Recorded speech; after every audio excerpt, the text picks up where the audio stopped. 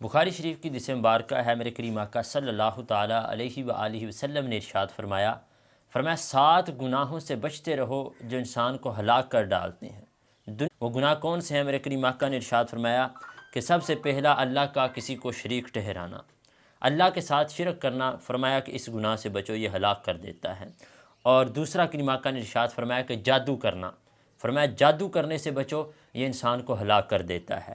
اللہ عز و جل کی حرام کردہ جان کو نہ حق قتل کرنا، کسی کو نہ حق قتل کرنا، فرمایا یہ انسان کو دنیا آخرت میں ہلاک کر دیتا ہے۔ اور پھر ارشاد فرمایا یتیم کا مال کھا جانا، اور فرمایا سود کھانا، اور جہاد کے دن میدان سے فرار ہو جانا، بھاگ جانا۔ اور آخر میں میرے حضور علیہ الصلوۃ والسلام نے ارشاد فرمایا کہ سیدھی سادی اور ایک پارسا اور پاک دامن عورت پر فرمایا زنا کی تہمت لگانا، فرمایا یہ وہ گناہ ہیں جو انسان کو دنیا اور آخرت دونوں میں ہلاک کر ڈالتی ہیں۔ دعا کیجئے اللہ تبارک و تعالی ہمیں ہر چھوٹے بڑے گناہ سے بچنے کی توفیق عطا فرمائے۔